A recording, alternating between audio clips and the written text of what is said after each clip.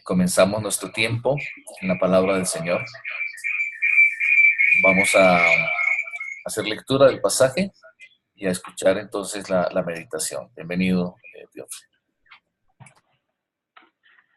Bueno, una vez más, buenos días con todos y todas. Vamos a ubicarnos entonces en nuestras Biblias, en el libro de Isaías, en el capítulo 46. Vamos a leer del 8 al 13. La palabra de Dios dice de la siguiente manera: Acordaos de esto y avergonzaos. Volved en vosotros, rebeldes. Acordaos de las cosas pasadas desde los tiempos antiguos, porque yo soy Dios, y no hay otro Dios, ni nada hay semejante a mí, que anuncio lo por venir desde el principio y desde la antigüedad lo que aún no era hecho, que digo, mi plan permanecerá y haré todo lo que quiero, que llamo desde el oriente al ave y de la tierra lejana al hombre de mi plan. Yo hablé y lo haré venir. Lo he pensado y también lo llevaré a cabo. Oídme, duros de corazón, los que estáis lejos de la justicia. Haré que se acerque mi justicia. No se alejará y mi salvación no se detendrá. Pondré salvación en Sión y mi gloria en Israel. Bueno, el título del devocional para esta mañana nos decía: la palabra ciertamente se cumple. Dios manda a su pueblo rebelde a acordarse de las cosas pasadas, de los tiempos antiguos. Dice también que no hay otro Dios que anuncie lo por venir desde el principio y desde la antigüedad, lo que aún no había sido hecho. Su consejo permanecerá y cumplirá su voluntad por medio de un varón del oriente. Hará que se acerque su justicia, no se alejará y su salvación no se detendrá a favor de Israel. Es como la paráfrasis de todo esta porción que hemos leído. Pero vamos viendo qué podemos aprender en estos pocos versos. Dice en el versículo 8, acordaos de esto, avergonzaos y volved en vosotros, rebeldes. Más o menos recuerden esto, quiere decir, ¿no? Pecadores, no se hagan ilusiones, piénsenlo bien lo que están haciendo. Se refiere al tiempo idolátrico manifestado en los enemigos y en su pueblo, y los acontecimientos reveladores del poder de Dios al dejar desvalidos los dioses paganos. Si nos acordamos lo que ayer leíamos, ¿no? en los primeros versículos de este capítulo 46, cuando decía que sus imágenes fueron puestas sobre bestias, sobre animales de carga, esas cosas que vosotros solías llevar. Bueno, que quedaban desvalidas esas imágenes, esos ídolos no servían para nada, eran nada, no podían hacer nada. Entonces se refiere a ese tiempo, acuérdense, y lo que él hacía, que Dios iba a liberar, con Ciro, iba a conquistar Babilonia, y los babilonios tenían que alzar sus dioses y llevarlos para que no se los rompan. Y de esa manera, de eso es lo que dice el Señor, acuérdense, ¿cierto? Pero para nosotros, una aplicación a nuestro tiempo, pienso, es de suma importancia reflexionar, pensar muy bien en nuestros actos diarios para evaluar si hemos caído en actos de idolatría y en deshonra a nuestro Dios. Tal vez tengamos pecados no confesados, tal vez haya algo que quedó tapado, oculto, o quizá el Señor lo sacó a la luz, pero por temor, vergüenza, qué sé yo, no nos hemos puesto a cuentas con Dios. Creo que sí es importante.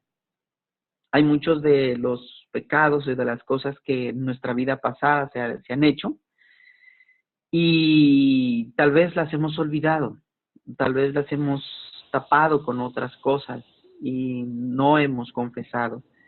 O tal vez hemos confesado, pero no de una manera genuina, con arrepentimiento, sino quizá con remordimiento.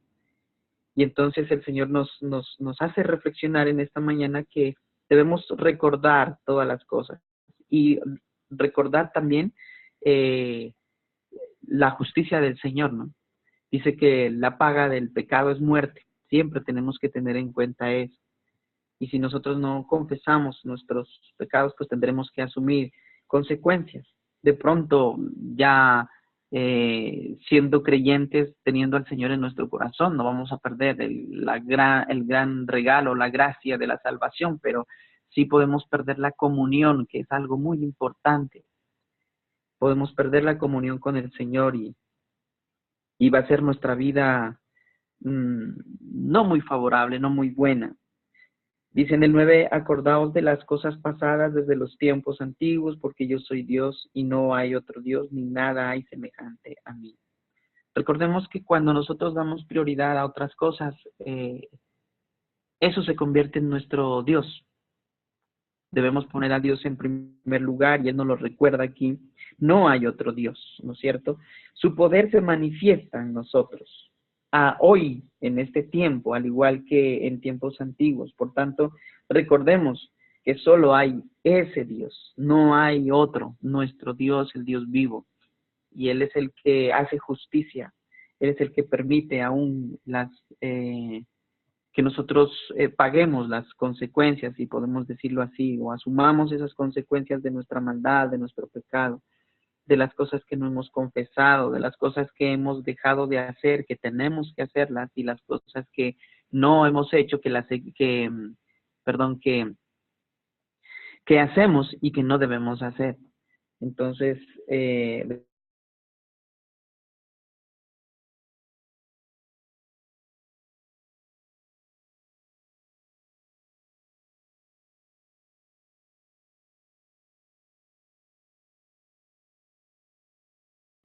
separados de Dios, siempre debemos recordar nuestro compromiso con Él. Nuestro compromiso con Él es de gratitud, es de honra, es de alabanza. Nuestro compromiso con Él es de obediencia por todo lo que el Señor nos ha hecho, nos ha dado.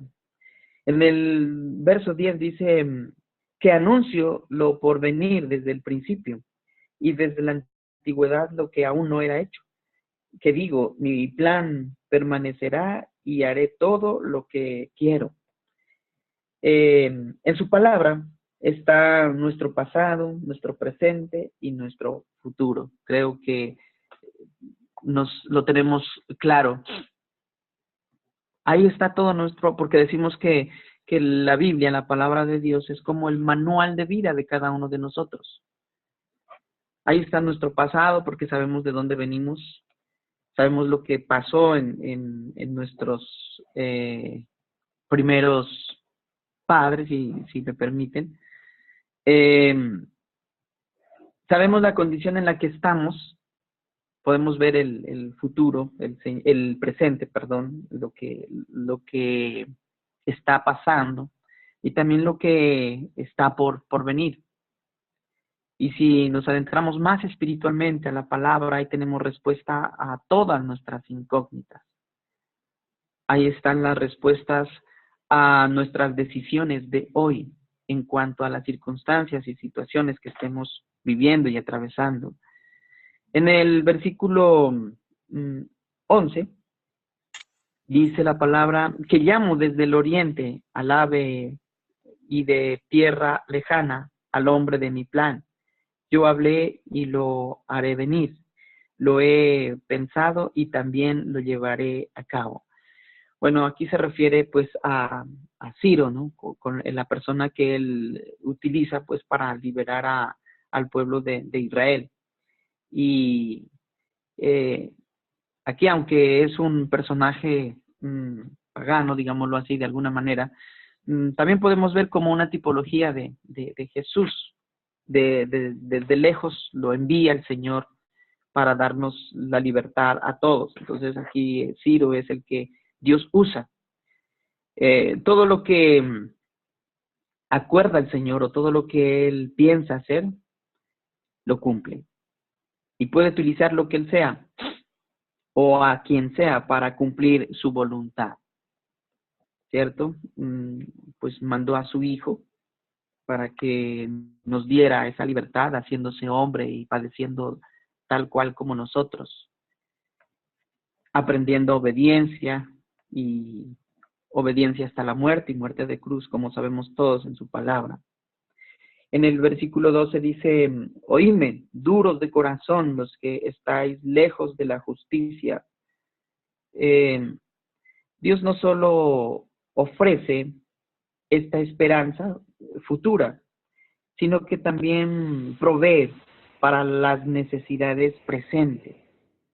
Su justicia está cerca con el Señor Jesús.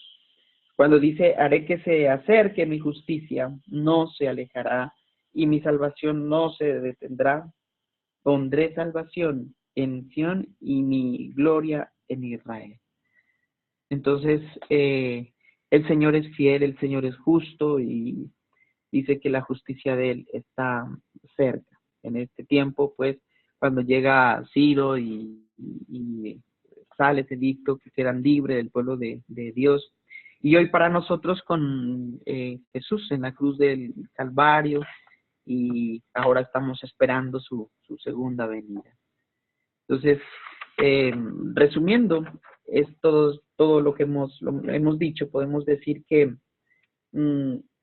debemos acordar de esto. Dios desea que sus hijos sean grandes hombres y mujeres de fe. Israel se ha rebelado contra su creador, confiando más en los dioses. Dios les pide que se acuerden de su pasado en el versículo 8 y anuncia que los dioses pronto serán destruidos en el versículo 1 y 2, como leíamos anteriormente. Cuando recordamos las obras de Dios, tenemos denuedo y fe. Y las obras que Dios realizó a favor de Israel dan a conocer su grandeza y su poder sobrenatural y que no hay otro Dios fuera de él. Jehová es un Dios todopoderoso que puede ver el pasado, el presente y el futuro de todos los hombres, además de revelar lo por venir. Debemos renunciar a todo aquello que ha ocupado el lugar de Dios en nuestras vidas, para dejar de pecar delante de nuestro Señor. Podríamos hacernos esta pregunta: ¿qué es lo que debo recordar y llevar a cabo como un gran hombre o mujer de Dios? ¿Qué tenemos que recordar, como decíamos en el principio? Algo que se nos ha quedado por ahí, nuestros comportamientos, y no solamente en el pasado. Recordemos que el día de ayer ya fue pasado para nosotros, y es bueno reflexionar, o transcurre el día y en la noche debo reflexionar en oración con el Señor de cómo fueron mis actos, cómo fueron mis actitudes frente a todo lo que viví, y de pronto pudo haber algo que no estuvo bien delante del Señor, para ponernos a cuentas con Él.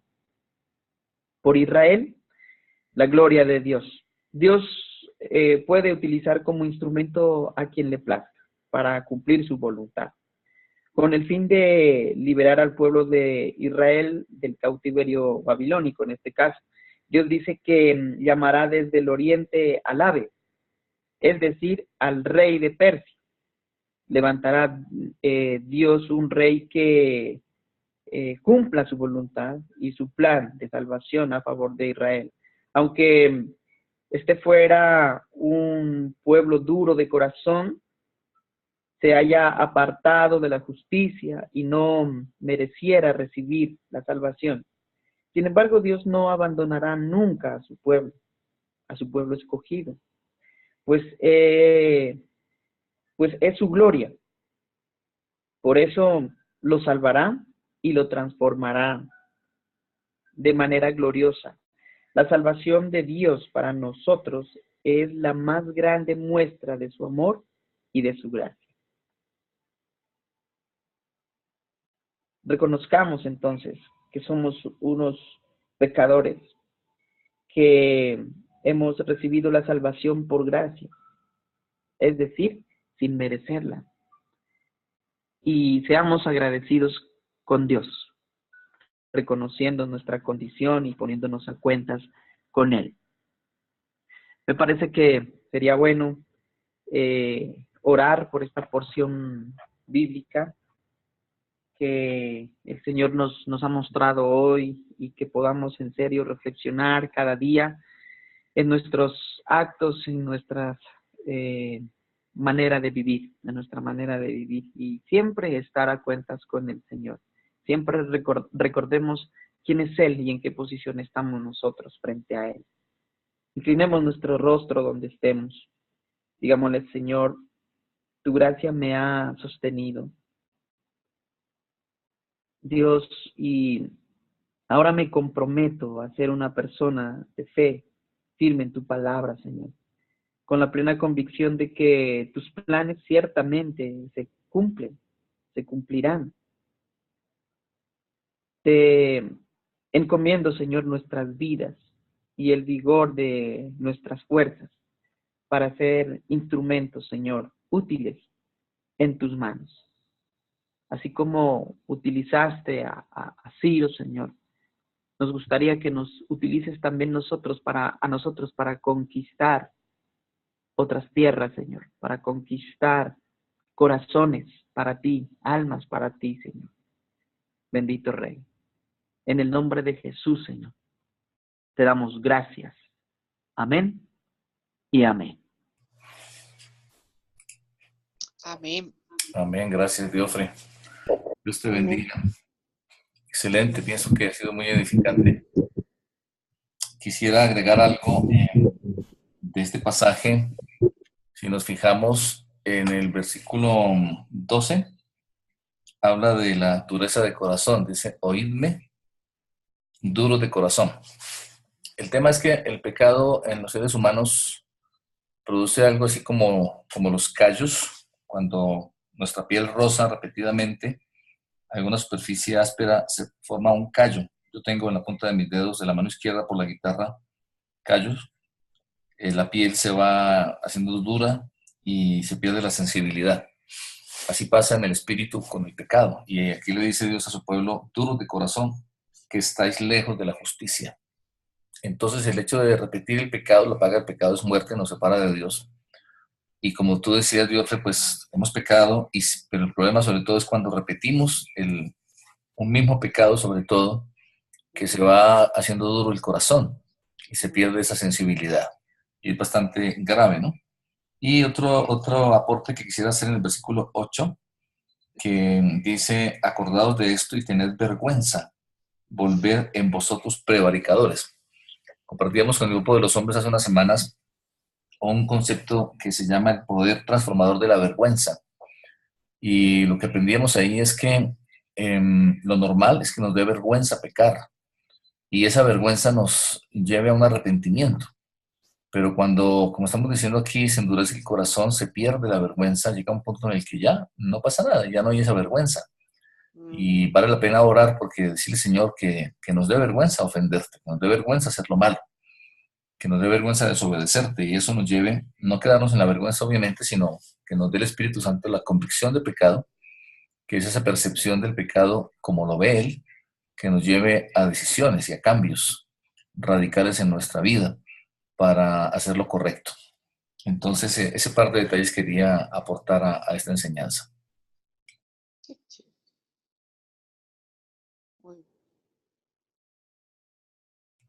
Si alguien más quiere aportar, podemos enriquecer la enseñanza los que deseen participar. Mm, Buenos días.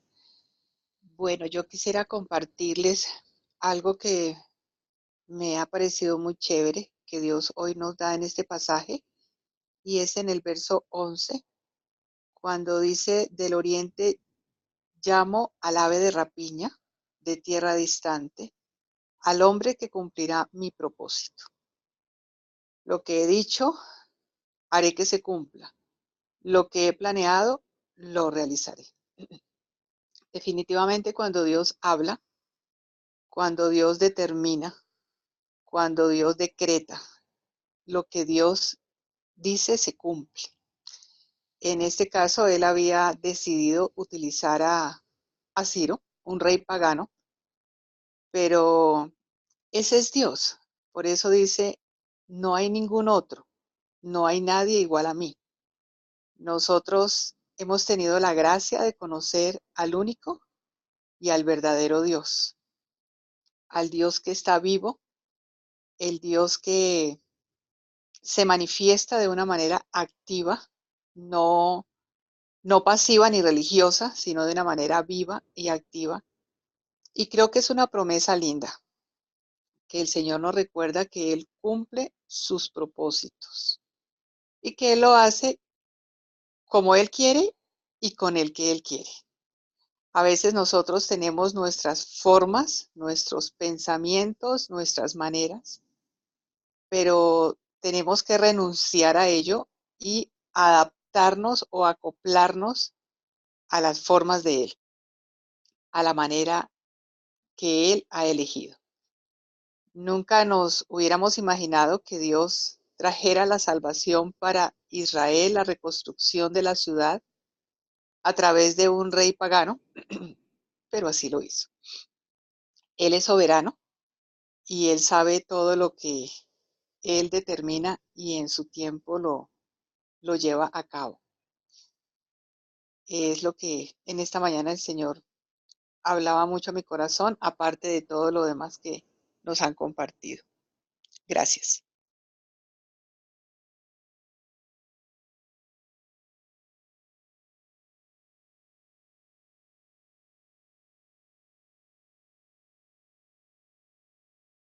Bueno, no sé si alguien más tenga un aporte para enriquecer nuestro estudio de esta mañana.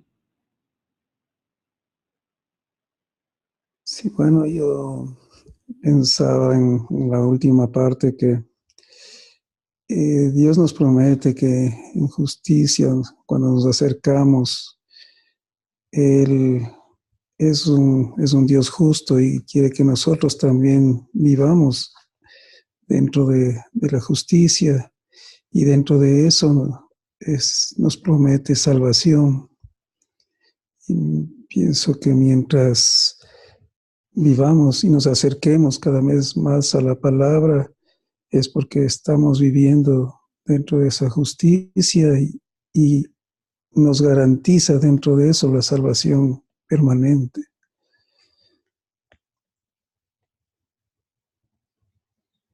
Eso es lo que, además de lo que justamente mencionaba Inés Marín y Joffrey y Ricardo, ¿no?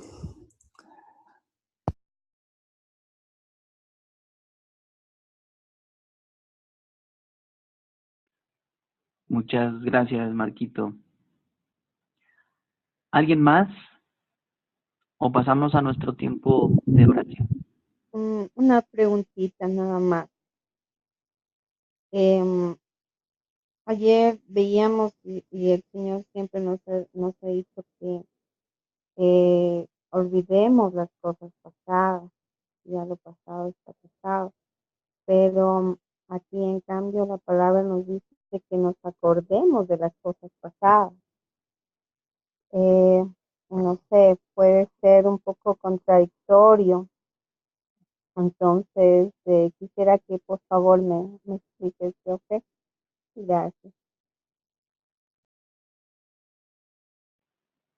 Lo que el Señor está diciendo en el versículo 8, acordaos de esto y avergonzaos, Por eso decía, se refiere a la obra del Señor que hizo en los primeros versículos de este capítulo 46, que dice que fueron humillados, se derrumbaron juntos, no pudieron escaparse de la carga, sino que ellos mismos tuvieron que ir en cautiverio, hablando de los dioses paganos, de la idolatría. Entonces el Señor aquí les dice, acuérdense de eso y no sean necios, como quien dice, no sean rebeldes. Y entonces la aplicación para nosotros sí viene, eso literalmente, pero la aplicación para nosotros sí, para mi manera de ver, es recordar todos nuestros actos que hemos hecho y acordarnos de las consecuencias que hemos tenido que sufrir por nuestros pecados, ¿no?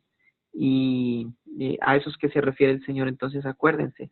Y Ricardo nos fortalecía cuando en el versículo 12 dice, oídme, duros de corazón, porque cuando volvemos a cometer la misma falta, pues ya Dios nos había disciplinado tal vez más, sin embargo somos renuentes y volvemos a lo mismo.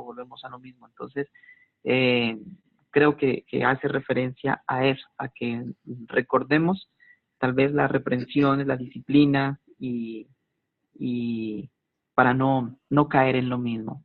No sé si Ricardo pueda aclararte un poco más. Yo creo que el Señor está aquí de manera muy clara explicándonos la manera de aprender de la historia. Cada uno de nosotros tenemos una historia en la que hemos visto a Dios actuando a favor nuestro, en la que por nuestros errores también hemos recogido muerte, maldición y muchas cosas, por decisiones inapropiadas y equivocadas. Y aquí el Señor dice, recuerden de todos esos hechos. Yo creo que la historia en sí misma es un recordatorio para las posteriores generaciones para que no cometan los mismos errores. De esa manera siempre el Señor nos está instando, no solamente aquí en este pasaje, sino en muchos, ¿no? De que recordemos y que aprendamos del pueblo de